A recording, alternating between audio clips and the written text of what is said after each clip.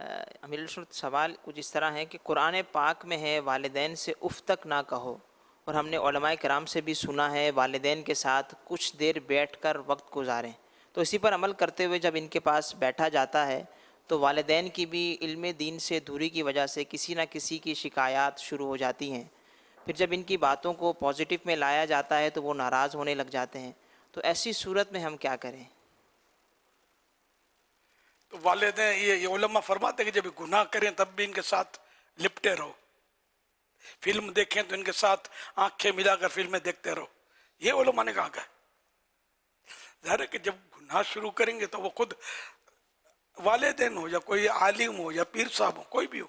اگر 100% وہ گناہ شروع کر دیا اس نے، مثلا غیبت شروع کر دی، تو اب آگے پیچھے ہونا ہی ہے۔ یہ ماں باپ کے تعلق سے شاید یہی وہ کہنا چاہتے ہوں گے کہ واقعی علم کی کمی کی وجہ سے غیبت تو بہت ہو رہی ہے، کیا عوام کیا خواص بچتے نہیں، ایک دوسرے کی وہ کاٹ ہو رہی ہوتی ہے، بڑاس نکل رہی ہوتی ہے، یہاں تک کہ ماں بیٹی کو نہیں بخشتی، بیٹی ماں کو نہیں چھوڑتی، باپ بیٹے کی دعائی دے رہا ہوتا ہے، اور سب ایک دوسرے کے اس پہ لگے ہوتے ہیں۔ تو اللہ پاک ہم کو توفیق دے، زبان کا قفل مدینہ لگ جائے نا بہت فرق پڑ جائے گا، بہت بہتری آ جائے گی۔ یہ نہیں لگتا، یہ بس بے لگام ہے، اور یہ ناک کی سیدھ میں جا رہی ہے، اور مارتی ہٹاتی گراتی پچھاڑتی اکھاڑتی یہ آگے بڑی چلی جاتی ہے، اور نہ جانے کتنے گناہ لے کر پلٹتی ہے۔ تو یوں اگر خدا نہ خاصا ماں باپ واقعی غیبت کر رہے ہیں اور آپ کو 100% یہ سمجھ آ رہی ہے کہ ہو غیبت رہی ہے، تو ظاہر غیبت تو سننا بھی گناہ ہے نا، تو گناہ سے کسی بھی انداز سے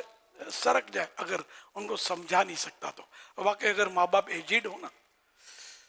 اور بیٹے کا کردار جو ہوتا ہے نا، ابھی چلو ماحول دینی ماحول میں آیا کچھ سمجھ پڑی ہے، لیکن اس سے پہلے کا جو کردار تھا اس کی چھاپ الٹی پڑی ہوتی ہے، یا اب بھی جو ماحول میں دینی ماحول میں آ گئے بعض مسئلے تو اس کو پتہ چل گئے غیبت وغیرہ کے چلو، لیکن دیگر اخلاقی معاملات جو ہے نا یہ بڑے کمزور ہوتے ہیں، تو اس کی وجہ سے ماں باپ کو بات سمجھ میں نہیں آتی۔ اب یہ آہستہ آہستہ ہوگا کہ گھر میں بھی بندہ جو ہے نا اپنا ماحول ایسا رکھے کہ ماں باپ آپ سے متاثر ہوں اور آپ کو مسئلے پوچھیں، اور آپ بولو کہ میں دارالعلوم اہل سنت سے معلوم کر کے بتا دوں گا، مفتی نہیں بن جانا سمجھنا پڑتی ہو تو، لیکن یہ کہ ایسا ہو تو مزہ آئے گا۔ الحمدللہ میں تہدید سے نعمت کے لیے کہہ رہا ہوں، میری ماں کبھی کبھی مجھ سے پوچھی ہے کہ یہ میرے منہ سے یہ نکل گیا، یہ فلاں بات ہے، یہ کیا ہے، کفر تو نہیں ہے کہیں، اس طرح۔ اور آخری جمعرات کو جس دن میری ماں کی وفات ہوئی، ماں ہوش و حواس میں تھی، بیٹھی بھی تھی، لیکن مجھے نہیں پتا تھا کہ وہ ان کی آخری رات ہے، تو میں نے ماں کے ہاتھ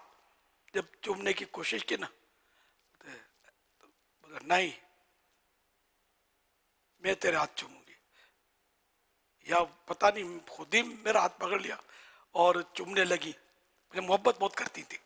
میں ان دنوں نور مسجد کا امام تھا، ہمارا یہ ماحول نہیں تھا کہ مولانا بن گیا تو کسی کام کا نہ رہا، یہ اس دور کی بات کر رہا ہوں جب دعوت اسلامی بننی بھی نہیں تھی، اس وقت داڑھی رکھے یا مذہبی راہ اختیار کرے تو ماں باپ بڑا مسئلہ کر دیتے تھے، اب تو بہت فرق پڑ گیا اللہ کی رحمت سے، لیکن الحمدللہ ہمارے گھر کا ماحول یہ نہیں تھا، مجھ سے محبت کی جاتی تھی، تو میری ماں نے یا تو خود ہاتھ پکڑ لیا یا میں نے دوبارہ لیا کہ شاید خود ہی ہاتھ پکڑ لیا، میں ماں نماز کے لیے جا رہا ہوں تو ہاتھ پکڑ لیا، تو چومنے لگا رہا، میں نے کہا ماں یہ کہا میں تمہارا ہاتھ چوموں گا، میں نے ماں کے ہاتھ چومے، نہیں میں تمہارا ہاتھ چوموں گی، اب مجھے کیا پتا کہ یہ کوئی اشارے میں آخری مطلب رخصت ہو رہی ہے، جو کچھ بھی نہیں پتا تھا، خیر یہ ہو گیا، اور اب پھر جو ہونا تھا ہوا، عشاء کی نماز کے بعد جمعرات تھی تو ہمارے ہاں ان دنوں نور مسجد میں ہفتہ وار اجتماع ہوتا تھا، ایک انجمن تھی ہماری مرکزی انجمن اشاعت اسلام، تو اس کے تحت ہفتہ وار اجتماع ہوتا تھا، اور اس میں مدنی مذاکرہ نام نہیں تھا، یہ سوال جواب ہوتے تھے، تو میں اس میں سوالات کے جوابات دے رہا تھا، اور اس میں بس مجھے بلاوا آیا، تو پھر یہ کہ پھر دوبارہ آیا بلاوا گھر کا، پہلی بار تو میں سمجھا پتہ نہیں